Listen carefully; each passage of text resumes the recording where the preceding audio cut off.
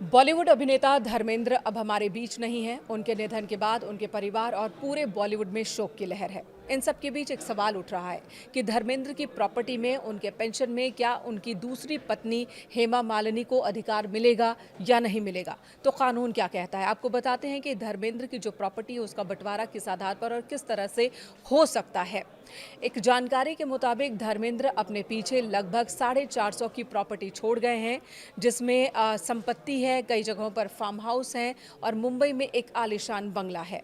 इन संपत्तियों में किस किस का अधिकार होगा, तो आपको बता दें धर्मेंद्र ने 2 शादियां की हैं। पहली पत्नी से उनके 4 बच्चे हैं, जबकि दूसरी पत्नी से 2 बेटियां हैं।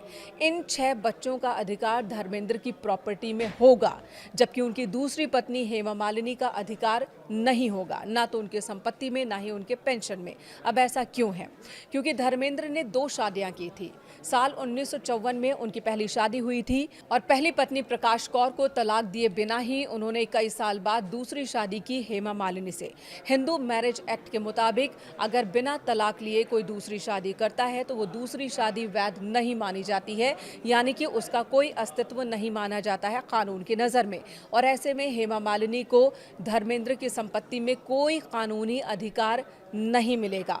लेकिन वहीं सुप्रीम कोर्ट के एक फैसले में इस बात को साफ किया गया है कि दूसरी पत्नी से जन्मे बच्चों का अधिकार होता है, वो बच्चे वैध माने जाते हैं। और इस वजह से हेमा मालिनी और धर्मेंद्र की 2 बेटियों, यानी कि इन दोनों बेटियों का अधिकार होगा धर्मेंद्र की संपत्ति में।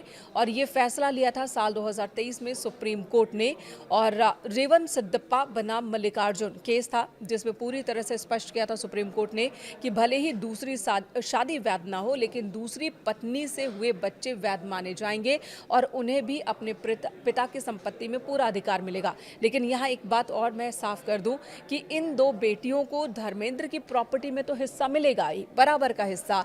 जिस तरह का हिस्सा सनी देओल को या बॉबी देओल को या फिर उनकी पहली पत्नी से हुई 2 बेटियों को मिलेगा, लेकिन पैतृक संपत्ति में कोई अधिकार नहीं होगा। यह अधिकार सिर्फ और सिर्फ धर्मेंद्र की संपत्ति तक ही लिमिटेड होगा। जब धर्मेंद्र के निधन के बाद संपत्ति का बंटवारा होगा तो कानून एक काल्पनिक बंटवारे को मानेगा, यानी कि ये माना जाएगा कि धर्मेंद्र की मौत से ठीक पहले पैतृक संपत्ति का बंटवारा हो गया था और उसमें जो हिस्सा धर्मेंद्र का था वही हिस्सा उनके वैध वारिसों में बराबर में बांटा जाएगा। सुप्रीम कोर्ट के फैसले के आधार पर धर्मेंद्र की संपत्ति के हकदार एक्टर की पहली पत्नी प्रकाश कौर, उनकी पहली पत्नी से जन्मे 4 बच्चे यानी कि सनी देओल, बॉबी देओल, अजीता देओल और विजेता देओल होंगी। वहीं दूसरी शादी से 2 बेटियां ईशा देओल और अहाना देओल होंगी।